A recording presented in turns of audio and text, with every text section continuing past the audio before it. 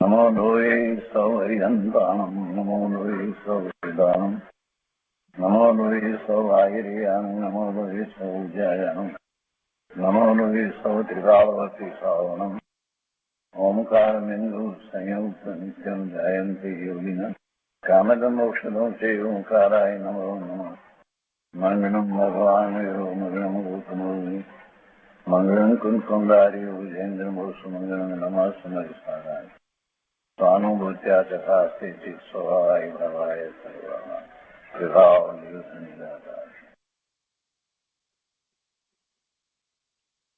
भगवान श्री उमा स्वामी आचार्य विरचित मोक्ष शास्त्र अर्थात तत्वसूत्र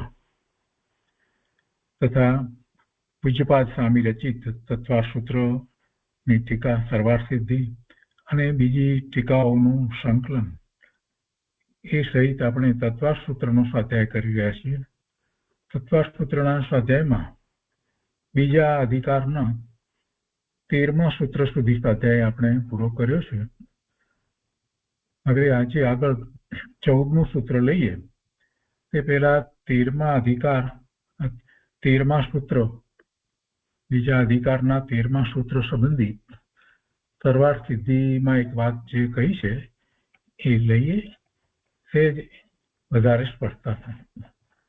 અહીંયા 13મા સૂત્રમાં એક વાત હતી જે પૃથ્વીકાયની વાત સ્થાવરની વાત કરી તો એમાં સમજાવ્યું તો એ રીતે વાત સમજાવી કે પૃથ્વીનું શરીર ધારણ કર્યું તે જીવો પૃથ્વીકાયિક છે એક લીધું. બીજું જીવ ગયા પછી રહેલ તે શરીરને પૃથ્વીકાય કે છે. ત્રીજું પૃથ્વીનું શરીર ધારણ કરવા પહેલા વિગ્રહ ગતિમાં જે જીવ હોય તેને પૃથ્વી જીવ કહેવાય છે. આ 3 વાત લીધી છે. એમાં જરાક એક વાત વધારે સ્પષ્ટતા માટે ઉમેરવામાં આવી છે એટલે ખરેખર ત્યાં 4 વાત છે સરવાર સિદ્ધિમાં તો આપણે એને જરા વાંચનમાં લઈએ છીએ. તો અહીંયા કહે છે સ્થાવરની અંદર એ પહેલા तो ये बात करी कि पृथ्वी का आदि स्थावर नाम कर्म के भेद है. उनके उदय से निमित्त से जीवों के पृथ्वी आदि के नाम जानने चाहिए. એટલે ખરેખર તો નામ કર્મની પ્રકૃતિ ને કારણે એવા નામ આપવામાં આવ્યા છે. બીજી વાત આગળ કહે છે કે यद्यपि ये नाम प्रथम आदि धातुओं से बने हैं तो भी ये रूढ़िगत એટલે કે રૂઢિગત છે. એમાં વિસ્તાર પ્રમાણે ધારો કે સમજવા જઈએ તો પણ એ રૂઢિગત છે. प्रथम એટલે વિસ્તાર. इसलिए इनमें प्रथम आदि धर्मों की अपेक्षा नहीं है. એને વિસ્તાર કરવાની જરૂર નથી પણ રૂઢિગત છે. પૃથ્વી છે જેને પૃથ્વી આપણે કહીએ છીએ જેને પૃથ્વી તરીકે જાણીએ છીએ તે જેને પાણી તરીકે જાણીએ છીએ તે આપણે તે બધાને એવી રીતે જાણીએ છીએ ને વનસ્પતિ જેને કહીએ છીએ તો આ ઉદ્ગળ પરમાણુ એને વનસ્પતિ કહીએ છીએ એટલે એ રૂઢિગત આપણે એ રીતે જાણીએ છીએ. તો એમાં શંકા કરી એને પૂછે છે કે आर्ट्स में ये पृथ्वी आदिक अलग अलग 4 प्रकार के कहे हैं सो ये चार भेद किस प्रकार प्राप्त होते हैं.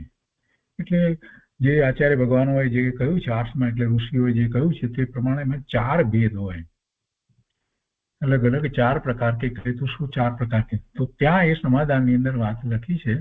તો એમાં સમાધાનમાં કહે છે કે પૃથ્વીકાય પૃથ્વીકાયિક और पृथ्वी जीव એમ 4 પ્રકાર લેવાના.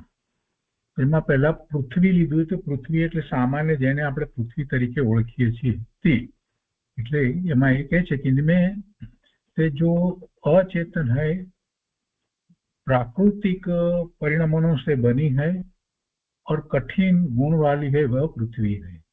જેને આપણે રૂઢિગત પૃથ્વી કહીએ છીએ તે પહેલી વાત એ પૃથ્વી.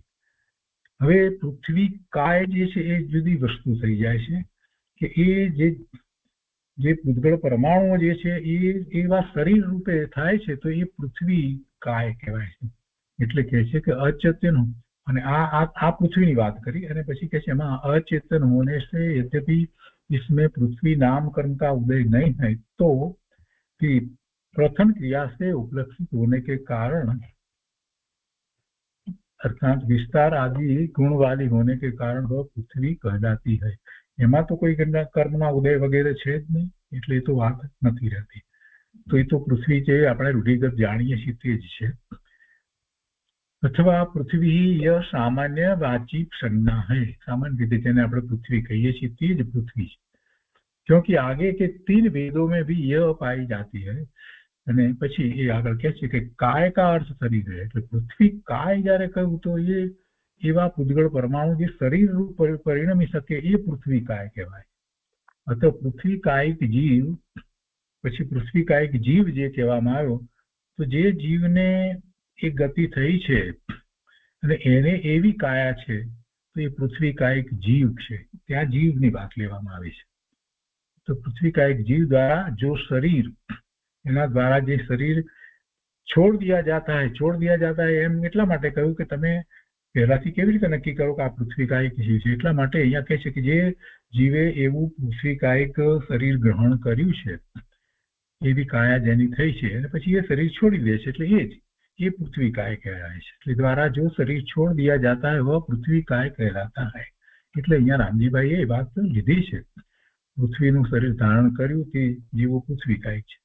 જીવ ગયા પછી રહેલ તે શરીરને પૃથ્વી કાય કહે છે. તો એ અપેક્ષાથી વાત સમજવાની છે.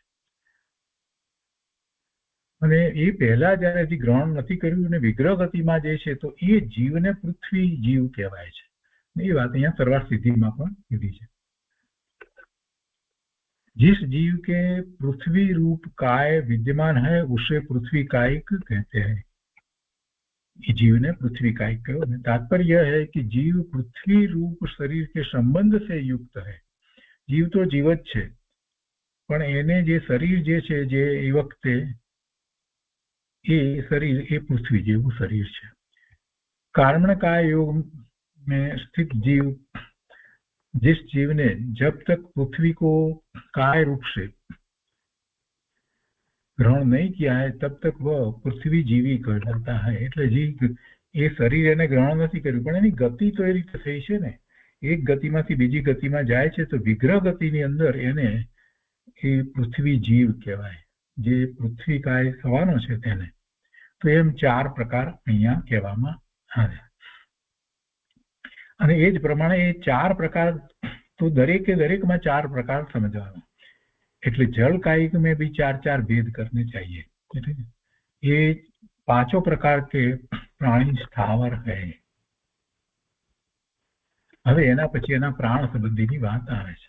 તો એ 4 ભેદની વાત કીધી. જે મૂળ વસ્તુ જેને પૃથ્વી કહેવામાં આવી એ જ રીતે જળ પણ કહેવામાં આવે. પછી કાયા તરીકે, તો કાયા તરીકે તો જીવ એને ગ્રહણ કરવાનો છે અથવા તો છોડે છે તો એ કાયા તરીકે છે. અને પછી તો જીવની વાત લીધી. તો જીવ જે છે તે એવા શરીરને ધારણ કરેલ છે એને પૃથ્વી કાયિક કે જળ કાયિક કે કહેવામાં આવે. અને હજી એ કાયા ગ્રહણ નથી કરી ત્યારે એને પૃથ્વી જીવ કે જળ જીવ કહેવામાં આવે એ વિગ્રહ ગતિમાં. તો એમ 4 ભેદ છે. એની આ આપણે સ્પષ્ટતા લીધી. હવે એના પછી આપણે અહીંયા તરસ જીવના ભેદ 14મું સૂત્ર લઈએ છીએ. એમાં અહીંયા કહે છે કે દ્વિઇન્દ્રિયાદસ્ત્રસાહ, એટલે દ્વિઇન્દ્રિય આદય ત્રસ, 2 ઇન્દ્રિયથી શરૂ કરીને અર્થાત 2 ઇન્દ્રિય, 3 ઇન્દ્રિય, 4 ઇન્દ્રિય અને 5 ઇન્દ્રિય એ ત્રસ કહેવાય છે. 5 ઇન્દ્રિય, 5 ઇન્દ્રિયમાં 5 ઇન્દ્રિય પંચેન્દ્રિય સંજ્ઞી પણ આવી ગયા તો એ ત્રસ કહેવાય છે. એટલે અહીંયા એ રીતે લીધું છે દ્વિઇન્દ્રિય આદય ત્રસ. ટીકામાં કહે છે કે એકેન્દ્રિય જીવ સ્થાવર છે અને તેને એક સ્પર્શન ઇન્દ્રિય જ હોય છે. તેને સ્પર્શન ઇન્દ્રિય કાયબળ, આયુ અને શ્વાસોશ્વાસ એ 4 પ્રાણો હોય છે. બે ઇન્દ્રિય જીવને સ્પર્શન અને રસના એ બે ઇન્દ્રિયો જે હોય છે તેને રસના અને વચન બળ એ બે પ્રાણો વધતા કુલ 6 પ્રાણો હોય છે. જો પ્રાણ નો વિચાર કરીએ તો પ્રાણના પ્રકાર પ્રમાણે જોઈએ ને તો 4 થાય. એક તો બળ પ્રાણ કહેવામાં આવે. બળ પ્રાણ જે કહેવામાં આવે છે એમાં 3 આવે. મન, વાણી અને કાયા એ ત્રણેયને બળ પ્રાણ કહેવામાં આવે. એ 3 બળ પ્રાણ કહેવામાં આવે. પછી બીજો પ્રાણ જે છે તે ઇન્દ્રિય પ્રાણ કહેવામાં આવે. તો ઇન્દ્રિય પ્રાણની અંદર 1 ઇન્દ્રિય, 2 ઇન્દ્રિય, 3 ઇન્દ્રિય, 4 ઇન્દ્રિય કે 5 ઇન્દ્રિય હોય. તો એ બળ પ્રાણ, પછી ઇન્દ્રિય પ્રાણ. ત્રીજો પ્રાણ છે તે શ્વાસોશ્વાસ એટલે શ્વાસ અને ઉશ્વાસ બંને જે શક્તિ તે પ્રાણ.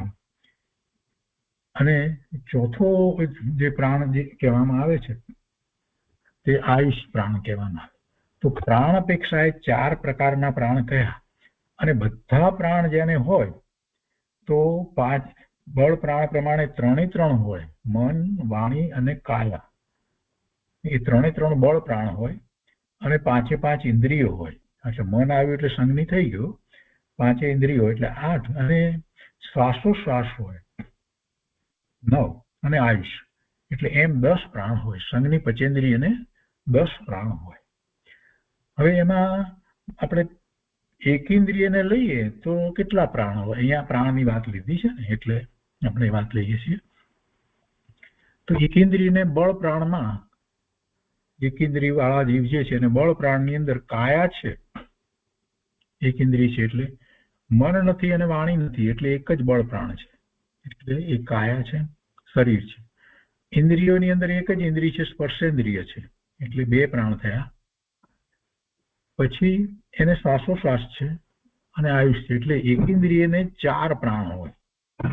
એકેન્દ્રિયને 4 પ્રાણ હોય. હવે એક ઇન્દ્રિયમાં વધારી અને 2 ઇન્દ્રિય વાળા જેને આપણે ત્રસ તરીકે કહીએ છીએ તો એમાં કેટલા પ્રાણો હોય? એક ઇન્દ્રિય વધે એટલે કોઈને એમ લાગે કે 5 પ્રાણ. ના, 5 ન હોય પણ 6 પ્રાણ હોય. કેમ કે 2 ઇન્દ્રિય જયારે કહીએ ત્યારે ક્રમમાં એવું જ હોય છે કે પહેલી ઇન્દ્રિય હંમેશા સ્પર્શ ઇન્દ્રિય જ હોય. પહેલી ઇન્દ્રિય કોઈને ચક્ષુ ઇન્દ્રિય હોય ને એક ઇન્દ્રિય એવું હોય નહીં, કે કર્ણ ઇન્દ્રિય હોય ને એ હોય એમ પણ હોય નહીં. એક ઇન્દ્રિય કહીએ એટલે એને સ્પર્શ ઇન્દ્રિય જ હોય. અને પછી ક્રમમાં જયારે 2 ઇન્દ્રિય કહીએ તો સ્પર્શ પછી ઘ્રાણેન્દ્રિય કે ચક્ષુ ઇન્દ્રિય ન હોય પણ બીજી ઇન્દ્રિય તરીકે રસેન્દ્રિય જ હોય.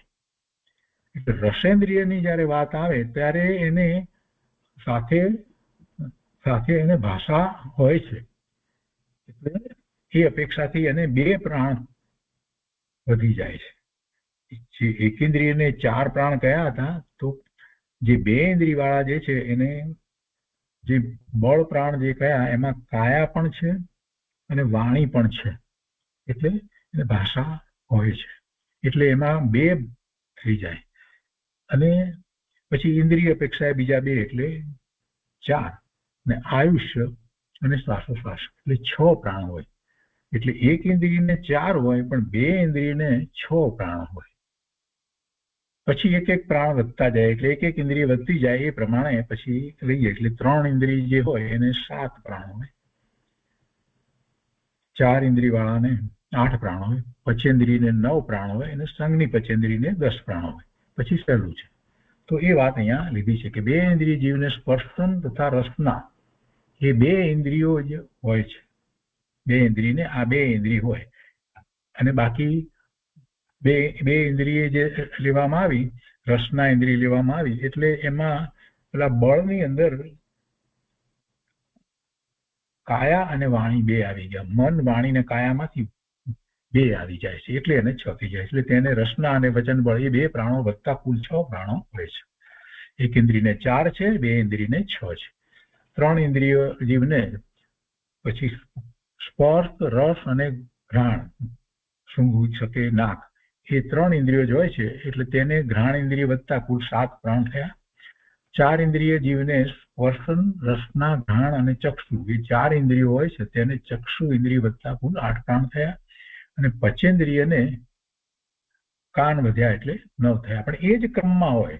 એક ઇન્દ્રિય હોય તો સ્પર્શ જ હોય 2 ઇન્દ્રિય તો રસના હોય, બીજી ઇન્દ્રિય.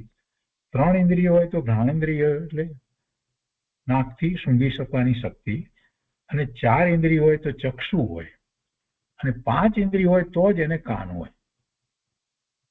એટલે એ જ ક્રમમાં હોય. કોઈ એમ પહેલી ઇન્દ્રિય તરીકે ચક્ષુ માની લે કે બે ઇન્દ્રિય તરીકે કોઈ એમ કે એને સ્પર્શ અને ચક્ષુ છે, તો ના, એવું ન હોય. આ જ ક્રમમાં જ હોય ઇન્દ્રિય વધારે. આ વાત મહત્વની છે. અહીંયા કહે છે કે પંચેન્દ્રિય જીવને સ્પર્શન, રસના, ઘ્રાણ, ચક્ષુ અને સ્તોત્ર, કાન એ 5 ઇન્દ્રિયો હોય છે, અને તેને કર્ણ ઇન્દ્રિય વધતા કુલ 9 પ્રાણો અસંગનીને હોય છે. અને 10 સંગની પંચેન્દ્રિય હોય તો એને મન બળની અંદર 3 બળ આવી ગયા. આપણે કાયા, વાણી અને મન એમ 3 લઈએ તો પહેલી કાયા અને પછી બીજું એ વાણી હતી, જે 2 ઇન્દ્રિયથી શરૂ થઈને પછી મન એ સંઘની પંચેન્દ્રિય જે છે એને મન હોય. એટલે એ સંઘની પંચેન્દ્રિયને 10 થયા. તો આ 5 ઇન્દ્રિયોમાં ઉપર જે ક્રમ કયો તેનાથી આડી અવળી ઇન્દ્રિયો કોઈ જીવને હોતી નથી. જેમ કે સ્પર્શન અને ચક્ષુ એ 2 ઇન્દ્રિયો કોઈ જીવને હોઈ શકે નહીં. ચક્ષુ ઇન્દ્રિય વાળો જયારે આપણે એમ કહીએ ત્યારે સમજી જ લેવાનું કે એને સ્પર્શ પણ છે, રસ પણ છે, ઘ્રાણેન્દ્રિય છે અને ચક્ષુ છે. એ 4થી ઇન્દ્રિય સહિત છે, 4 ઇન્દ્રિય વાળો જીવ છે એમ જ લેવાય. પણ જો 2 હોય તો સ્પર્શ અને રસના જ હોય. સંઘની જીવને મનોબળ હોય તેથી કુલ 10 પ્રાણો હોય છે. તો ઇન્દ્રિયો ભાવ અને દ્રવ્ય એમ 2 પ્રકારે હોય છે, અને તે સૂત્ર 16 થી 19 સુધીમાં કહેવામાં આવશે. ને ઇન્દ્રિયોનો ક્રમ સૂત્ર 19માં આપ્યો છે, પણ અત્યારે આપણે આ ઇન્દ્રિયોનો ક્રમ તો સમજી લીધો. હવે ઇન્દ્રિયોની સંખ્યા. પંચેન્દ્રિયાણી એનો અર્થ છે કે ઇન્દ્રિયાણી, ઇન્દ્રિયો 5 છે. ઇન્દ્રિયો 5 છે, અને એમાં 15ની અંદર એની ટીકામાં એ વાત કરે છે કે ઇન્દ્રિયો 5 હોય છે, વધારે હોતી નથી. ઇન્દ્રિય શબ્દ જે છે એના માટે વાત લીધી છે. ઇન્દ્ર કહેતા આત્માને એટલે સંસારી જીવને ઓળખાવનારું જે ચિહ્ન તેને ઇન્દ્રિય કહે છે. દરેક દ્રવ્ય ઇન્દ્રિય પોતપોતાના વિષયનું જ્ઞાન ઉપજે તેમાં નિમિત્ત કારણ છે. એટલે દ્રવ ઇન્દ્રિય અને ભાવ ઇન્દ્રિય એમ જયારે કહેવામાં આવે ત્યારે દ્રવ્ય ઇન્દ્રિય જે છે એ જ્ઞાન થવામાં એ નિમિત્ત કારણ છે, અને ભાવ ઇન્દ્રિય છે તે જ્ઞાન રૂપે છે, ક્ષયોક્ષમિક જ્ઞાન છે. તો દરેક દ્રવ્ય ઇન્દ્રિય, 5 ઇન્દ્રિય દ્રવ્ય ઇન્દ્રિય તરીકે શરીરમાં જે છે તે જળ ઇન્દ્રિય કહીએ કે દ્રવ્ય ઇન્દ્રિય કહીએ. તો દ્રવ્ય ઇન્દ્રિય પોતપોતાના વિષયનું જ્ઞાન ઉપજે તેમાં નિમિત્ત કારણ છે. એટલે બીજા વિષયનું જ્ઞાન એનાથી થાય નહીં. પોતપોતાનો વિષય, દરેકના વિષય નક્કી છે. ચક્ષુ ઇન્દ્રિયનો વિષય જે છે એના દ્વારા એ રૂપી પદાર્થોનું જ્ઞાન થાય, પણ રસનું જ્ઞાન ન થાય કે ગંધનું જ્ઞાન ન થાય. તો એટલે પોતપોતાના વિષયનું જ્ઞાન ઉપજે તેમાં એ નિમિત્ત કારણ છે. કેમ કે જળ છે એટલે એને નિમિત્ત કારણ કહેવામાં આવ્યું. કેમ કે જ્ઞાન થાય છે એ તો આત્માનો સ્વભાવ છે એટલે, અને એ જ્ઞાન જે થાય છે તેને ક્ષયોક્ષમિક જ્ઞાન કહેવામાં આવે છે. કોઈ ઇન્દ્રિય બીજી કોઈ ઇન્દ્રિયને આધીન નથી. દરેક ઇન્દ્રિય સ્વતંત્ર છે. જુદી જુદી એક ઇન્દ્રિય પરની અપેક્ષા રહિત છે. એટલે કે અહમેન્દ્રની જેમ દરેક પોતપોતાને આધીન છે એવી ઐશ્વર્યતા એમાં રહી છે. દરેક ઇન્દ્રિય જે છે જેમ પેલા અહમિન્દ્ર હોય એને ઉપર કોઈ બીજા ઇન્દ્ર નથી હોતા, દરેક પોતે જ ઇન્દ્ર, અહમિન્દ્ર દેવલોકમાં. તો એવી રીતે આ ઇન્દ્રિય જે છે એને બીજાની કોઈની અપેક્ષા, બીજી ઇન્દ્રિયની અપેક્ષા નથી. એટલે કે અહમિન્દ્રની જેમ દરેક પોતપોતાને આધીન છે એવી ઐશ્વર્યતા, મોટાઈ, મહાન પણ ધરે છે. હવે પ્રશ્ન કર્યો છે કે આ 5 ઇન્દ્રિય તમે લીધી, તો આ સર્વાર્થ સ્થિતિમાં પણ આ જ પ્રશ્ન છે. વચન, હાથ, પગ, ગુદા અને લિંગને પણ ઇન્દ્રિય ગણવી જોઈએ. એને પણ ઇન્દ્રિય ગણવી જોઈએ. બીજા બધા જે છે તો એનો ઉત્તર આપે છે કે એને કેમ ઇન્દ્રિય ન કહેવાય. આપણે સમજ્યા છીએ કે જ્ઞાનમાં જે નિમિત્ત છે એને કહેવામાં આવે છે. આ કાર્યની અંદર નિમિત્ત છે એને ન કહેવાય ઇન્દ્રિય, આ તો કાર્ય માટે છે. એટલે ઉત્તરમાં એ વાત લીધી છે કે નહીં, અહીં ઉપયોગનું પ્રકરણ છે. તો ઉપયોગ શેનું લક્ષણ છે? જ્ઞાનનું લક્ષણ છે, દર્શનનું લક્ષણ છે. તો જ્ઞાન દર્શનના ઉપયોગની વાત જયારે ચાલે છે તો એમાં ઇન્દ્રિય જે છે એ શેમાં નિમિત્ત હોય? જ્ઞાન દર્શનમાં નિમિત્ત કારણ હોય, તો ઉપયોગમાં નિમિત્ત હોય. તો ઉપયોગમાં આ 5 ઇન્દ્રિય જે નિમિત્ત છે, અને એ પછી એમાં ભાવ ઇન્દ્રિય જે છે એ પણ 5 જ હોય છે. કેમ કે એ જ્ઞાન એક ક્ષયોક્ષમિક જ્ઞાન છે જેને ઇન્દ્રિય કહેવામાં આવે છે, તો એ પણ 5 જ હોય. ત્યારે આ તો બધું કાર્ય, હાથ પગ ગુદા લિંગ વગેરે જે છે બધું, આ બધું જે છે તો કાર્યમાં છે, એમાં ઉપયોગની કોઈ વાત નથી. એમાં એના દ્વારા કઈ જ્ઞાન કરવાનું હોતું નથી. એટલે અહીંયા કહે છે કે નહીં, અહીં બરાબર છે એ બધા જે છે અવયવો જે છે બધાની અંદર સ્પર્શેન્દ્રિય રહેલી છે, બધાની અંદર સ્પર્શનું ભાન થાય છે ત્યાંથી. અને સ્પર્શ 8 પ્રકારના સ્પર્શ જે આપણે કહીએ છીએ એ પ્રમાણે એનું થાય છે. એટલે એને એ કાર્યમાં છે, ક્રિયામાં છે નિમિત્ત, એટલે એને અહીંયા નથી લેતા, ઇન્દ્રિય તરીકે નથી કહેવામાં આવી. કહે છે કે નહીં, અહીં ઉપયોગનું પ્રકરણ છે ને ઉપયોગમાં સ્પર્શ આદિ ઇન્દ્રિયો નિમિત્ત છે, તેથી તેને ઇન્દ્રિય માનવી વ્યાજબી છે. વચન વગેરે ઉપયોગમાં નિમિત્ત નથી, તે તો જડ ક્રિયાના સાધન છે અને ક્રિયાના કારણ હોવાથી જો તેને ઇન્દ્રિય કહીએ તો પછી મસ્તક વગેરે બધા અંગો ઉપાંગ બધા ક્રિયા એમાં થઈ રહી છે, તો એ ક્રિયાના નિમિત્ત છે. અને એ બધી જળની ક્રિયાઓ છે એ એના કારણે થાય છે. ખરેખર તો એ બધી ક્રિયાઓ તો જળની છે ને, આત્માની તો ક્રિયા છે નહીં. આત્મા તો એને એ ક્રિયાને પણ જાણે છે. તો બધા અંગોપાંગ ક્રિયાના સાધન છે, તેમને ઇન્દ્રિય કહેવી જોઈએ. આ પછી તો એમ થઈ જશે તો બધાને, અને એ બધા ક્રિયાના કારણ હોવાથી જો તેને ઇન્દ્રિય કહીએ તો પછી મસ્તક વગેરે બધા અંગોપાંગ ક્રિયાના સાધન છે તેમને પણ એમ પણ ઇન્દ્રિયો કહેવી જોઈએ. માટે એમ નથી, માટે ઉપયોગમાં જે નિમિત્ત કારણ હોય તે ઇન્દ્રિયનું લક્ષણ છે એમ માનવું વ્યાજબી છે. એટલા માટે આ બીજા બધા અંગ ઉપાંગ વગેરે જે છે ને એ ઇન્દ્રિયની અંદર લેવામાં આવ્યા નથી. 5 ઇન્દ્રિયને જ ઇન્દ્રિય કહેવામાં આવી છે જે જ્ઞાનમાં નિમિત્ત કારણ થાય છે. એના પછી આગળ વાત લીધી છે કે જડ ઇન્દ્રિયો જ્ઞાનના ઉપયોગ વખતે નિમિત્ત હોય છે, પણ જ્ઞાન તે ઇન્દ્રિયોથી થતું નથી. અજ્ઞાનીને એમ જ છે કે જ્ઞાન ઇન્દ્રિયથી થાય, આંખથી જ દેખાય, કાનથી જ સંભળાય, નાકથી જ સુગંધ આવે, અને આ જ ચાલી રહ્યું છે. અને મેડિકલ સાયન્સમાં જ્યારે પછી પાછા એમાં ભણ્યા હોય એટલે તો પછી બધી એ જ રીતે વાત કરે. પણ ઇન્દ્રિયો જે છે એને નિમિત્ત કારણ કહેવામાં આવ્યું. જ્યારે એને એવું જ્ઞાન થવાનું છે તો એને એવી શક્તિ પ્રાપ્ત થઈ છે, બીજી રીતે કહીએ તો એની એક કેપેસિટી છે, ને એ કેપેસિટી આપણને એને કેટલી ઇન્દ્રિય પ્રાપ્ત થઈ છે ને એ ઉપરથી ખ્યાલમાં આવે છે કે આ 2 ઇન્દ્રિય મળી છે તો આટલી કેપેસિટી એને જ્ઞાન કરવાની છે, એની શક્તિ છે આટલી.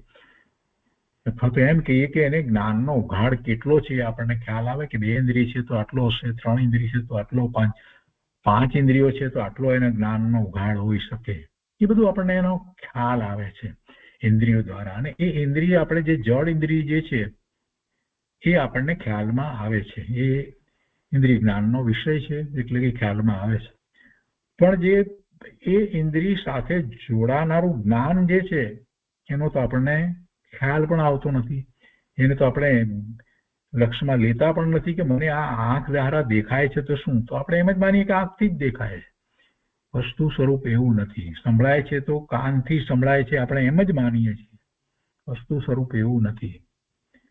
ભગવાન આત્માનો જ્ઞાનનો સ્વભાવ છે અને એવો જ્ઞાનનો એનો વિશેષપણે જે ઉઘાડ જે છે તો એ ઉઘાડ આપણને એને મળેલી ઇન્દ્રિય દ્વારા આપણને ખ્યાલમાં આવે છે. અને એથી આગળ વધીને જ્યારે સંજ્ઞીપણાની વાત કરી ત્યારે એને મન મળ્યું છે, તો એ ઇન્દ્રિયો દ્વારા એટલે કે ઇન્દ્રિયોના નિમિત્તે થતું જ્ઞાન, તો એ જ્ઞાન જે ક્ષયોક્ષમિક જ્ઞાન એ ભાવ ઇન્દ્રિય કહીએ છીએ, તો એને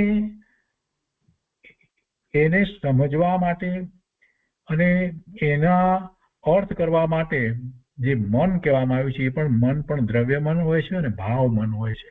તો એ પણ જ્ઞાન છે. ભાવ મન છે એ પણ જ્ઞાન છે, અને એ દ્વારા આપણે વિશ્લેષણ કરીએ છીએ. એટલે આ તો બધી આખી વાત જે છે તે જ્ઞાનની જ છે. જીવ નક્કામાંનો આ ઇન્દ્રિય ને મન ને બુદ્ધિ ને વગેરે વગેરેમાં ગૂંચવાઈ રહ્યો છે. આખી વસ્તુ નો વિચાર કરે તો આત્મા છે જે જ્ઞાન સ્વરૂપ છે, અને માટે એ જ્ઞાન કરી શકે છે. શરીર હોય, ઇન્દ્રિયો બધું હોય, પણ આત્મા નથી તો જ્ઞાન કોણ કરે છે? કોઈ જ્ઞાન કરતું નથી. કોઈ જ્ઞાન કરતું નથી. જ્ઞાન કરવા વાળો તો ભગવાન આત્મા છે ને. તો એ વાતને અંદરમાં રાખવાની, અને પછી બાકી બીજી બધી વાત જે છે એનું એટલું મહત્વ આપણને સમજાય કે ઠીક છે, જળ ઇન્દ્રિયો તો એ નિમિત્ત કારણ છે, બાકી વાસ્તવમાં તો મારો જ્ઞાન સ્વભાવ એ જ મુખ્ય વસ્તુ છે. અને જે ઇન્દ્રિય દ્વારા જે કંઈ જ્ઞાન થાય છે, એટલે કે એના વિષયો જે છે, ખરેખર તો એ વિષયો જે છે, જે તે વિષયને જાણનારી જે તે ઇન્દ્રિય છે. તો એ દ્વારા જે કંઈ એ વિષય જે છે એનું જ્ઞાન થાય છે, અને પછી એ જ્ઞાનનું વિશ્લેષણ થાય છે. એ શ્રુત જ્ઞાન છે. તો મતિપૂર્વક શ્રુત જ્ઞાન જે કહેવામાં આવ્યું છે, એ વાત આપણને આ રીતે વધારે સ્પષ્ટ થઈ જાય છે. અને આ બધું જે છે તે છતાં પણ એ બધાને જાણનારી દરેક સમયની જ્ઞાનની પર્યાય જે છે, એનું મૂળ કારણ તો પોતાનો જ્ઞાન સ્વભાવ છે. તો એવા જ્ઞાન સ્વભાવનો એને નિર્ણય કરવાનો છે. હું તો જ્ઞાન સ્વભાવી છું, અને ઇન્દ્રિય દ્વારા જે જ્ઞાન થાય છે એ બધું માહિતી છે, એ સિવાય બીજું કાંઈ નથી. જે જ્ઞાન સ્વભાવી પોતે ભગવાન આત્મા છે, એ તો પાંચમાંથી કોઈ ઇન્દ્રિય દ્વારા ખ્યાલમાં આવતો નથી. કોઈ ઇન્દ્રિય દ્વારા એનો તો ખ્યાલ આવતો જ નથી. એ તો અનુભવનો વિષય છે, અનુભૂતિનો વિષય છે. એટલે આ જે ઇન્દ્રિય દ્વારા જે જ્ઞાન કરી રહ્યો છે ને અત્યારે, અને એમાં જ એને એમ લાગે છે કે બસ અમે જાણીએ છીએ, અમને બધી ખબર પડે છે, અમે માઇક્રોસ્કોપ, ઇલેક્ટ્રોન માઇક્રોસ્કોપથી જાણીએ છીએ, ને કોમ્પ્યુટરથી અમે આમ જાણીએ ને તેમ જાણીએ. બધી વાત જે છે બધું છેવટે તો એ માહિતી રૂપ છે. અને એ દરેક વિષય જે છે એ જુદા છે, અને એ દ્વારા આત્માની અનુભૂતિ થઈ શકતી જ નથી. પણ જ્ઞાનમાં એક જ્ઞાનનો એવો સ્વભાવ છે, એટલે એક એવું સામર્થ્ય પડ્યું છે કે ઇન્દ્રિયો વિના જે પોતે પોતાના સ્વરૂપનું જ્ઞાન કરી શકે છે. આ મોટી વાત છે. ઇન્દ્રિયોના નિમિત્તે જે જ્ઞાન થાય છે એ તો બધી સામાન્ય વાત છે, અને એનાથી કઈ આત્માની અનુભૂતિ થતી નથી. પણ અતિન્દ્રિયપણે આપણે જે કહીએ છીએ, તો અતિન્દ્રિયપણે જ આત્મા અનુભવમાં આવે છે. આ વાત લોકોને સમજાતી નથી. એને તો ઇન્દ્રિય દ્વારા જે જણાય એટલું જ એને માનવું છે, એ સિવાય બીજું કઈ માનવા તૈયાર જ નથી. ખૂબ ભણ્યો, બધું શું ભણ્યો, આ બધું સાયન્સ ભણ્યો ને મેથ્સ ભણ્યો ને ગમે તે ભણ્યો, ને એ હજી એ અતિન્દ્રિયપણે જ્ઞાન થઈ શકે એનો એને સ્વીકાર નથી. અને એટલે જ મોટા ભાગના જીવો 12મા ને 12મા જ અટક્યા છે. અને આવી ધર્મની વાત આવે ત્યારે એને એમ ઉડાડી દે છે, કલ્પના છે વગેરે વગેરે, કોને ખબર વગેરે. કેમ કે એને ઇન્દ્રિય દ્વારા જે વિષયો જે જણાય છે એના સિવાય અતિન્દ્રિયપણે પોતાનો આત્મા અનુભવમાં આવે એ વિષયનો સ્વીકાર થયો નથી. એને અતિન્દ્રિયપણે જ્ઞાન થઈ શકે એવી કલ્પના નથી. મોટા ભાગના જીવોને એ કલ્પના જ નથી કે અતિન્દ્રિયપણે જ્ઞાન થાય ત્યારે આખો જ્ઞાન સ્વભાવ એને પોતાને ખ્યાલમાં આવે છે. એ બહુ મોટો વિષય છે કે જેમાં સમગ્ર વિષયો સમાઈ જાય છે, અનંત જ્ઞેયો જેમાં સમાઈ જાય છે. એવું જ્ઞાન સ્વરૂપ ભગવાન આત્મા જે છે તે અતિન્દ્રિય જ્ઞાનનો વિષય છે. આ અહીંયા મુખ્ય વાત છે. તો અહીંયા વાત ચાલે છે, જળ ઇન્દ્રિયો જ્ઞાનના ઉપયોગ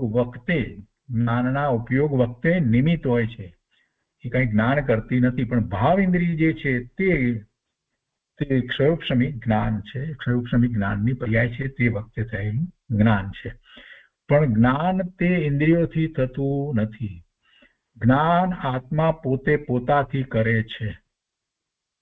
જ્ઞાન આત્મા પોતે પોતાથી કરે છે. અને ક્ષયોપશમી જ્ઞાનનું સ્વરૂપ એવું છે કે તે જ્ઞાન જે વખતે જે પ્રકારનો ઉપયોગ કરવા લાયક હોય ત્યારે તેને લાયક ઇન્દ્રિય આદિ બાહ્ય નિમિત્તો પોતે પોતાથી હાજર હોય છે. ઉપયોગ સાંભળવા તરફ ગયો છે તો એ તરફ ઉપયોગ જે છે તો ત્યારે એ ઇન્દ્રિય એટલે બે ભાવ ઇન્દ્રિય સાંભળવાની ભાવ ઇન્દ્રિય જે છે ને એ દ્વારા એ જ્ઞાન કરે છે. વસ્તુ પદાર્થને જોવા તરફ ઉપયોગ ગયો છે ત્યારે ચક્ષુ ઇન્દ્રિય જે છે જળ ઇન્દ્રિય તો નિમિત્ત કારણ છે, પણ એ ચક્ષુની ભાવ ઇન્દ્રિય જે છે ને એ વખતે એ જ્ઞાનનું કાર્ય કરે છે, એવું જ્ઞાનની પર્યાય થાય છે. તો એ મુખ્ય વસ્તુ એ છે. જળને તો માત્ર નિમિત્ત કહેવામાં આવે છે. તો કોઈ એમ કે તો પણ આંખ ન હોય તો દેખાય નહીં ને, પણ એને જ્યારે એવો જ્ઞાનનો ઉઘાડ કોઈ રીતે આવરાયો હોય ત્યારે એમાં નિમિત્ત જે છે તે એવા જ નિમિત્ત હોય. તો એને એવા નિમિત્ત હોય. બાહ્ય ઇન્દ્રિય જે છે એની ખામી વગેરે એવા નિમિત્ત હોય. અને એનાથી વિરુદ્ધ રીતે વાત કરીએ તો બધી ઇન્દ્રિય બધું બરાબર હોય પણ બેભાન થઈ ગયો હોય તો ક્યાં જ્ઞાન કરે છે? તો ક્યાં જ્ઞાન કરે છે? ઇન્દ્રિયો તો બધી બરાબર છે, તે છતાંય જ્ઞાન નથી કરી. સાંભળે છે પણ એને કાંઈ ખબર નથી પડતી. આ બધી વાતનો પણ વિચાર કરવાનો ને. એટલે કે આખો પાવર જે છે બધું જે કંઈ ચાલી રહ્યું છે પોતાનું જ્ઞાન જ છે, જ્ઞાન જ પરિણમી રહ્યું છે. એ ઇન્દ્રિયો સાથે જોડાઈ અને જે તે વિષયનું જ્ઞાન કરે છે એ વખતે જળ ઇન્દ્રિયો નિમિત્ત કારણ માત્ર છે અને ભાવ ઇન્દ્રિય દ્વારા જે જ્ઞાનની પર્યાય થાય છે તેની જ મુખ્યતા છે. અને એ વખતે ઉપયોગ એ તરફ છે. જે તરફ ઉપયોગ હોય એ તરફની જે ઇન્દ્રિય જે છે એનાથી જ્ઞાન થયું એને સ્વરૂપસમી જ્ઞાન કહેવાય. એ જ ભાવ ઇન્દ્રિય છે, એ જ ભાવ ઇન્દ્રિય છે. એટલે એની અહીંયા વાત લીધી છે કે ક્ષયોપશમી જ્ઞાનનું સ્વરૂપ એવું છે કે તે જ્ઞાન જે વખતે જે પ્રકારનો ઉપયોગ કરવા લાયક હોય ત્યારે તેને લાયક ઇન્દ્રિય આદિ બાહ્ય નિમિત્તો પોતે પોતાથી હાજર હોય છે, પણ નિમિત્તની રાહ જોવી પડતી નથી. ને આવો નિમિત્ત નૈમિત્તિક સંબંધ છે. એ વખતે ક્ષયોપશમી જ્ઞાનની વાત ચાલે છે અને છદ્મસની વાત અહીંયા તો લઈએ છીએ તો સામે એવું નિમિત્ત પણ હોય છે અને ઉપયોગ પણ એ તરફ જાય છે. તો એ સંબંધીનું જ્ઞાન થાય છે. અત્યારે આપણી આ દ્રષ્ટિની સમક્ષ જે કંઈ છે એ સિવાય સાંભળવા તરફ જ્યારે ઉપયોગ વળ્યો છે તો એ આપણે ઝડપથી ઉપયોગ બદલાય છે. દ્રષ્ટિમાં સામે જે શબ્દો છે એ પણ દેખાય છે અને કાનથી સંભળાય છે. એ ઉપયોગ બેની વચ્ચે ઉપયોગ રમે છે. તે ઉપયોગ તરફ એ ઝડપથી એ બદલાઈ રહ્યો છે અને એમ જ્ઞાનની ક્રિયા એ બે વિષયની થાય છે. ઇન્દ્રિયો છે તેથી જ્ઞાન થયું એમ અજ્ઞાની માને છે. જ્ઞાની તો જ્ઞાન પોતાથી થયું એમ માને છે. અને જળ ઇન્દ્રિયો તે વખતે સંયોગ રૂપ હાજર રૂપ સ્વયં હોય જ છે એમ જાણે છે. એવું જ્ઞાન થવાનું હોય તો એ પ્રમાણેની ઇન્દ્રિય વગેરે હોય છે. હવે આગળ ઇન્દ્રિયના મૂળ ભેદમાં દ્વિધાની સૂત્ર કહે છે. દ્વિધાની બધી ઇન્દ્રિયો બે પ્રકારે છે. દ્વિધાની એટલે દ્રવ્ય ઇન્દ્રિય અને ભાવ ઇન્દ્રિય એવા ભેદથી બબ્બે પ્રકારની છે. પછી 17મી અંદર દ્રવ્ય ઇન્દ્રિય સંબંધી સૂત્ર 17મું છે અને ભાવ ઇન્દ્રિય સંબંધી સૂત્ર 18મું છે. તો દ્રવ્ય ઇન્દ્રિયનું સ્વરૂપ જે છે તે આપણે અહીંયા લઈએ છીએ. તો એમાં કહે છે કે નિવૃત્તિ ઉપકરણે એટલે ઉપકરણ અને બે શબ્દ છે નિવૃત્તિ અને ઉપકરણે.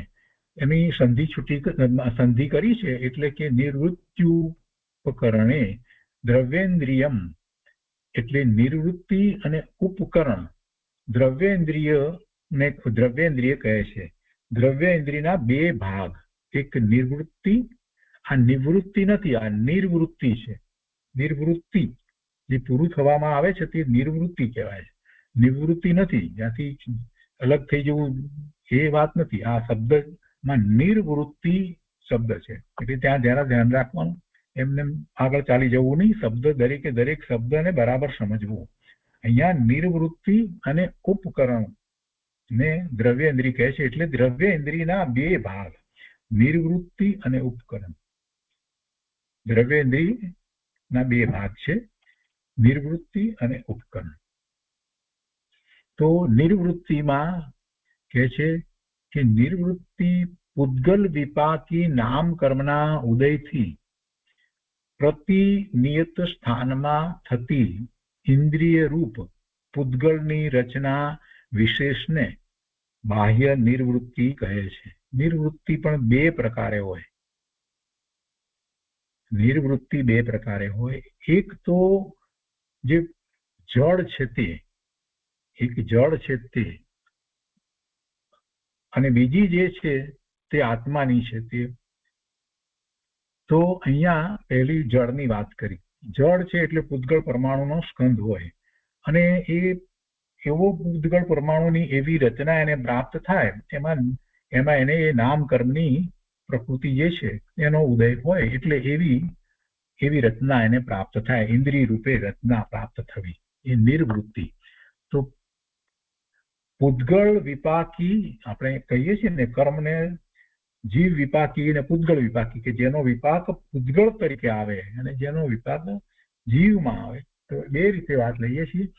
તો પૂદગળ વિપાકી નામ કર્મના ઉદયથી પ્રતિનિયત સ્થાનમાં, એટલે જે જ્યાં ગમે ત્યાં નહીં, જે નક્કી સ્થાન છે ત્યાં, આંખનું સ્થાન જ્યાં છે ત્યાં આંખ રૂપે જ ઇન્દ્રિય હોય, ત્યાં કાન રૂપે ઇન્દ્રિય ન હોય.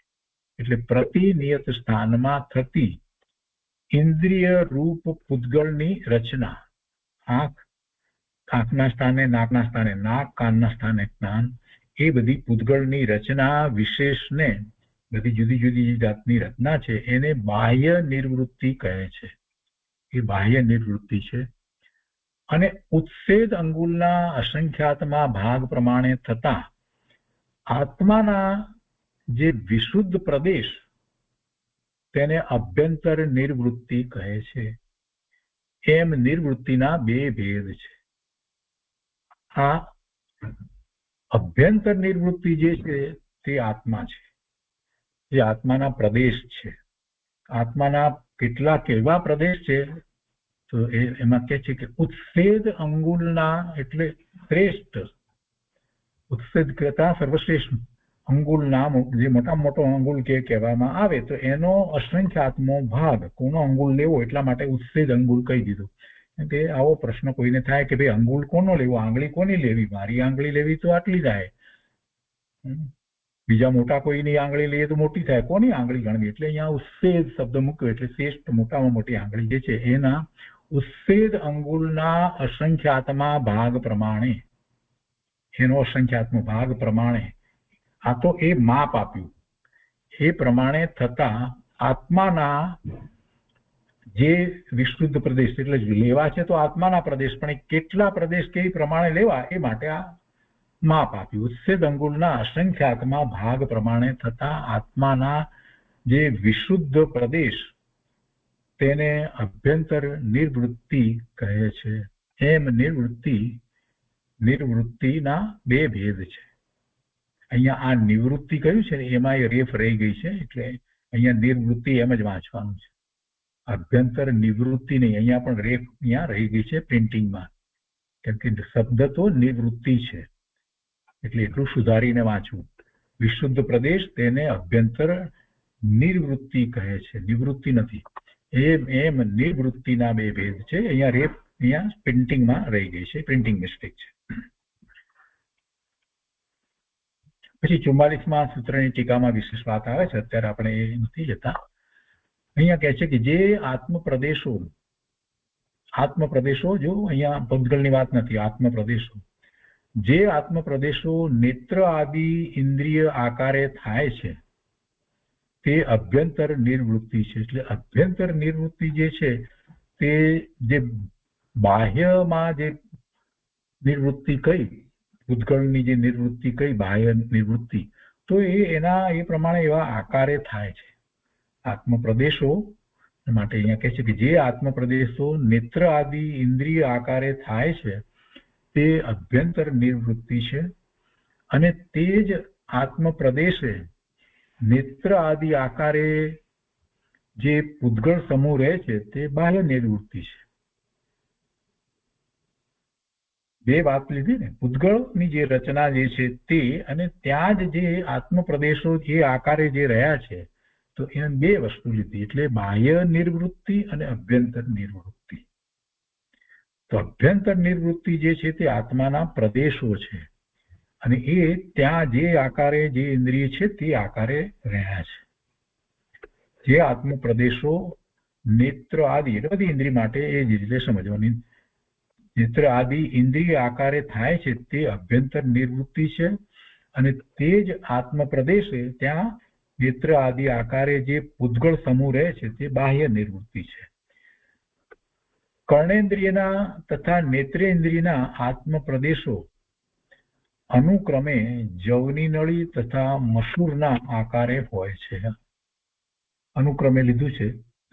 જવની નળી એટલે પેલી કર્ણેન્દ્રિય, તો કર્ણેન્દ્રિય જે છે એનો ના આત્મપ્રદેશો નો આકાર એ જવની નળી આકાર લીધો છે, અને નેત્રેન્દ્રિય જે છે એનો જે છે મસૂરના આકાર હોય છે, અને પૂતગળ ઇન્દ્રિયો પણ તે આકારે હોય છે.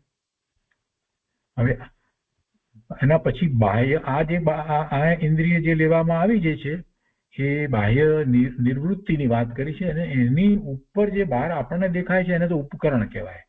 જેમ કે આપણને આ પણ પાપણ વગેરે દેખાય છે, તો કાનમાં જે આખો બહારનો ભાગ વગેરે દેખાય એને તો ઉપકરણ કહેવાય, એને તો ઉપકરણ કહેવાય. એટલે પહેલા જે વાત કરી ને નિવૃત્તિ અને ઉપકરણ, એમ દ્રવ્યેન્દ્રિયનું સ્વરૂપ કહેવામાં આવ્યું, અને દ્રવ્યેન્દ્રિયની સાથે નિવૃત્તિ અને ઉપકરણ એમ બે લીધા, પણ સાથે સાથે નિવૃત્તિની અંદર જે આત્મપ્રદેશો જે છે એની પણ વાત લીધી, એટલે આભ્યંતર નિવૃત્તિની પણ વાત લીધી. આગળ ઉપકરણ. ઉપકરણ કોને કહે છે? કે નિવૃત્તિનો ઉપકાર કરવા વાળો પૂતગળ સમૂહ તે ઉપકરણ છે. એ પૂતગળનો સમૂહ છે, તેના બાહ્ય અને અભ્યંતર એવા બે ભેદ છે ઉપકરણની અંદર પણ. જેમ નેત્રમાં ધોળું અને કાળું મંડળ તે અભ્યંતર ઉપકરણ છે, અને પાપણ ડોળા વગેરે બાહ્ય ઉપકરણ છે, તેમ એ પછી જળ ઇન્દ્રિય જે છે એમાં આને ઉપકરણ કહેવામાં આવે, અને અંદર જે છે તેને એ નિવૃત્તિ કહેવામાં આવે, અને નિવૃત્તિના આકારે જે છે તે આત્મપ્રદેશો જે છે એને અભ્યંતર નિવૃત્તિ કહેવામાં આવે. તો આ ઉપકરણ જે છે તે બહારની વાત લીધી, એ જળ છે. તો તેમ અહીંયા કહે છે કે એ ઉપકરણ છે. તો ઉપકારનો અર્થ નિમિત્ત માત્ર સમજવો, પણ તે લાભ કરે છે. ઉપકરણ અહીંયા કહ્યું એટલે કઈ લાભ કરે છે એવું ન સમજવું, ઉપકરણ જ છે પણ તે લાભ કરે છે એમ ન સમજવું. અને આ બંને ઉપકરણો જળ છે, એટલે ઉપકરણમાં પણ બે લેવામાં આવ્યા, એમાં પણ બાહ્ય અને અભ્યંતર એવા બે ઉપકરણ લેવામાં આવ્યા. પછી ભાવ ઇન્દ્રિય સ્વરૂપની આગળ વાત લે છે. તો ભાવ ઇન્દ્રિયના સ્વરૂપની વાત લઈએ એ પહેલા બીજી કેટલીક વાતને આપણે જરા સમજી લઈએ છીએ.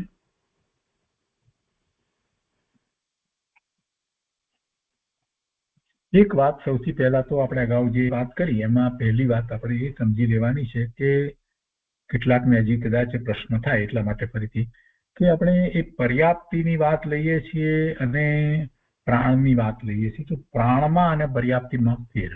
આજે જે પ્રાણની વાત આવી, 10 પ્રાણની વાત આવી, 10 પ્રાણ કહેવામાં આવે, જેને પર્યાપ્તિ જે છે એ પર્યાપ્તિ થાય ત્યારે એવા પ્રાણ હોય છે. તો પર્યાપ્તિ જે છે તે 6 પ્રકારે હોય, અને પર્યાપ્તિનો પ્રશ્ન ક્યારે આવે છે, કઈક કે પર્યાપ્ત અપર્યાપ્ત એ વિષય જયારે આપણે એની વિચારણા કરતા હોઈએ ત્યારે એ પર્યાપ્તિ, એટલે જીવ પર્યાપ્ત અને અપર્યાપ્ત બે પ્રકારે આપણે જયારે કહીએ છીએ, તો પર્યાપ્તિ બધી પૂર્ણ થઈ હોય ત્યારે પર્યાપ્ત કહેવાય, અને પર્યાપ્તિ પૂર્ણ થાય ત્યારે આ બધા પ્રાણ વગેરે હોય છે. તો એ પર્યાપ્તિ જે છે એ પર્યાપ્તિ પણ છેવટે છે તો પૂતગળનો સમૂહ છે, એ વર્ગના જ છે, એવા પ્રકારના પૂતગળો. તો પર્યાપ્તિ કોને કહેવાય? તો એ વાત આપણે એટલા માટે અત્યારે લઈએ છીએ કે અત્યારે જળ પ્રાણની વાત આવી, 10 પ્રકારના પ્રાણ અને પર્યાપ્તિ, એમાં ગૂંચવાડો ન થાય, સ્પષ્ટતા રહે એટલા માટે એ બંને સાથે લેવા માટે આપણે આ વિષય અત્યારે લઈએ છીએ. આપણે પ્રાણની વાત કરી, 10 પ્રાણની વાત કરી, એમાં એક ઇન્દ્રિય જે છે એને 4 પ્રાણ, 2 ઇન્દ્રિયને 6 પ્રાણ કેવી રીતે હોય એ સમજ્યા, પછી 7, 8, 9 અને સંઘની પચેન્દ્રિયને 10 પ્રાણ, એ વાત તો આપણે સમજ્યા. પણ પર્યાપ્તિને સાથે નહીં સમજીએ તો જ્યારે પર્યાપ્તિનો વિષય આવશે ત્યારે પછી ગૂંચવાડો થશે. એટલે પર્યાપ્તિ કોને કહેવાય? પર્યાપ્તિ થાય બધું ત્યારે એ એવા પ્રાણ બને, એમ આપણે બેઝિક અંદરમાં અન્ડરસ્ટેન્ડિંગ રાખવું જોઈએ. તો એ પર્યાપ્તિ શેની પર્યાપ્તિ હોય? શરીરમાં શું છે? પૂતગળના સ્કંદ છે, તો પૂતગળની જ પર્યાપ્તિ હોય ને. તો પૂતગળના સ્કંદ જે છે જુદા જુદા પ્રકારના હોય, એટલે એને આપણે વર્ગણા કહીએ છીએ. 22 પ્રકારની વર્ગણા કહીએ.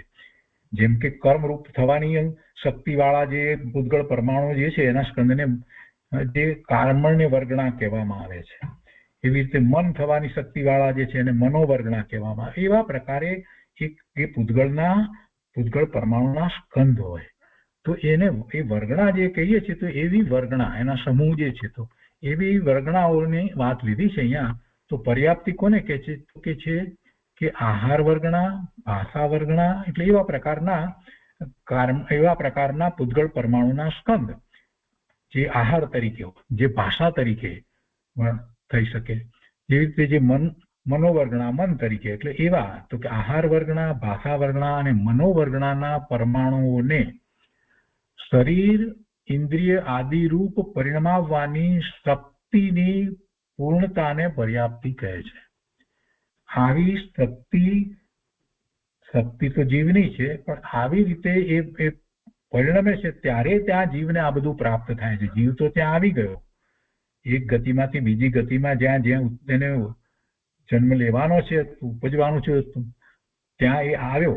પણ એની પાસે જે શક્તિ છે કે જેને કારણે એ આ શરીર અને ઇન્દ્રિય આદિરૂપ, એટલે શરીર, ઇન્દ્રિય, શ્વાસોશ્વાસ વગેરે એના રૂપે એને પરિણમાવી શકે એવી શક્તિની પૂર્ણતાને પર્યાપ્તિ કહે છે. એમાં આયુષની પૂર્ણતાની વાત નથી આવતી. આ વાત હું એટલા માટે લઉં છું કે ક્યારેક ગૂંચવાડો ન થાય એટલા માટે. આયુષ તો એ ત્યાં આવ્યો છે ત્યારે એ તો આયુષ નામકર્મ પ્રમાણે આયુષ લઈને આવ્યો છે, એટલું જ આયુષ તો એનું રહેવાનું છે. હવે એ આયુષ દરમિયાનમાં એને જે શરીર અને એમાં ઇન્દ્રિય વગેરે જે પ્રાપ્ત થાય છે, જે છે તો એ કરવાનું છે. એ બધું ઉદ્ગળનું કાર્ય જે છે, તો એ કેટલું કરવાનું, કયા પ્રમાણે કરવાનું છે, તો એ બધું પર્યાપ્તિ અને અપર્યાપ્તિ. જો એ પર્યાપ્તિ થઈ તો એ બધું પૂરું થયું, અને ન થાય કંઈક બાકી રહી જાય તો એને અપર્યાપ્ત કહેવામાં આવે. એટલે એ પછી ત્યાં એ ઉપજતો નથી, અથવા તો ઉપજીને તરત જ એ મરણ પામે છે, તો એ અપર્યાપ્ત. તો અહીંયા કહે છે કે શરીર ઇન્દ્રિય આદિરૂપ પરિણમવાની શક્તિની પૂર્ણતાને પર્યાપ્તિ કહે છે. એવી પર્યાપ્તિના ભેદ કેટલા છે? તો એવી 6 પ્રકારની પર્યાપ્તિ હોય છે. આહાર પર્યાપ્તિ, શરીર પર્યાપ્તિ, ઇન્દ્રિય પર્યાપ્તિ, શ્વાસોશ્વાસ પર્યાપ્તિ, ભાષા પર્યાપ્તિ અને મનો પર્યાપ્તિ. એવી 6 પ્રકારની પર્યાપ્તિ હોય. હવે આહાર પર્યાપ્તિ જે છે એનું કાર્ય શું છે એ અહીંયા દર્શાવ્યું છે. આહાર પર્યાપ્તિ એટલે આહાર વર્ગણાના પરમાણુઓને ખલ અને રસ ભાગ રૂપ પરિણામવાના કારણભૂત જીવની શક્તિની પૂર્ણતાને આહાર પર્યાપ્તિ કહે છે. એટલે આ પૂતગળ પરમાણુને એ જીવમાં એ શક્તિ એવી પડી છે, તો એ શક્તિ દ્વારા એ પૂતગળ પરમાણુને 2 રૂપમાં ફેરવી નાખે. ખલ એટલે સોલિડ અને રસ એટલે લિક્વિડ. તો એ આહાર વર્ગણાના પરમાણુઓને ખલ અને રસ ભાગરૂપ પરિણમાવવાની જીવની શક્તિ છે, એના કારણભૂત જીવની શક્તિ એવી પૂરી થાય ત્યારે એ 2 ભાગરૂપ થાય, એટલે એ પર્યાપ્તિ આહાર પર્યાપ્તિ પૂરી થઈ. તેવી શક્તિની પૂર્ણતાને આહાર પર્યાપ્તિ કહે છે. હવે એ શરીર તો બન્યું, બરાબર છે, તો એમાં આ 2 ભાગ પડ્યા, ખલ અને રસ ભાગ. જો ક્રમમાં લઈશું ને તો વધારે સરસ રીતે સમજાશે. તો શરીર પર્યાપ્તિ તો કે જે પરમાણુઓને ખલરૂપ એટલે સોલિડ પરિણામ આવ્યા હતા, તો એ ખલરૂપ પરિણામ આવ્યા હતા એમાંથી હાડ વગેરે કઠિન અવયવ રૂપ, અને જેને રસરૂપ પરિણામ આવ્યા હતા એમાંથી રુધિર આદિ એટલે લિક્વિડ જેવા જે કંઈ શરીરમાં બનતું હોય એ બધા રસ રુધિર આદિક રૂપ દ્રવ્યરૂપ પરિણમાવવાના કારણભૂત જીવની શક્તિની પૂર્ણતાને શરીર પર્યાપ્તિ કહે છે. એટલે હવે આગળ વધીને જે શરીરમાંથી આ જે સોલિડ પાર્ટ જે હતો એમાંથી જે કઠિન અવયવ વગેરે જે બને હાડકામાં અને માંસ વગેરે જે કંઈ બને તે અને પેલું લિક્વિડ જે આપણે વાત કરી રસ એમાંથી લોહી વગેરે જે કંઈ બને તે પ્રવાહી રૂપ એવું પરિણામ આવે તેમાંથી તો એના કારણભૂત જે જીવની શક્તિ જે છે એ પૂરી થાય તો એ પર્યાપ્તિ પૂરી થઈ કહેવાય. તો એ શરીર પર્યાપ્તિ પૂરી થઈ કહેવાય. તો પહેલી આહાર પર્યાપ્તિ પૂરી થાય પછી શરીર પર્યાપ્તિ પૂરી થાય. એમને એ શરીર પર્યાપ્તિ પૂરી થાય નહીં. બરાબર. એ પછીથી હવે આ શરીર પર્યાપ્તિ પૂરી થઈ ત્યાર પછી જ ઇન્દ્રિય પર્યાપ્તિ પૂરી થાય. તો ઇન્દ્રિય પર્યાપ્તિ એટલે આહાર વર્ગણાના પરમાણુઓને ઇન્દ્રિયના આકારે પરિણમાવવાના, કેમ કે પેલા ખલ કર્યા હતા ને એમાંથી જે લેવું છે એને પરિણમાવવાના તથા ઇન્દ્રિય દ્વારા વિષય ગ્રહણ કરવાના કારણભૂત જીવની શક્તિની પૂર્ણતાને ઇન્દ્રિય પર્યાપ્તિ કહે છે. એટલે એ આકાર રૂપ અને એની એ શક્તિ રૂપ કરવામાં, એ શક્તિ તો જીવની જ છે પણ એ વિષયને ગ્રહણ કરવાની શક્તિ રૂપ પરિણમાવવાનું કાર્ય પૂરું થાય ત્યારે ઇન્દ્રિય પર્યાપ્તિ થઈ એમ કહેવામાં આવે. એના પછીની ત્રીજી પર્યાપ્તિ કહેવામાં આવી. તો પહેલી આહાર પર્યાપ્તિ, પછી શરીર પર્યાપ્તિ, પછી ઇન્દ્રિય પર્યાપ્તિ અને પછી શ્વાસોશ્વાસ પર્યાપ્તિ. તો આહાર વર્ગ આ બધા પરમાણુ તો આહાર વર્ગણાના છે એને પરિણમાવવાની શક્તિ તો જીવની છે અને એ પર્યાપ્તિની વાત ચાલે છે. એ થાય પૂરી થાય અને ન પણ થાય ત્યારે એ પર્યાપ્તિ કહેવાય.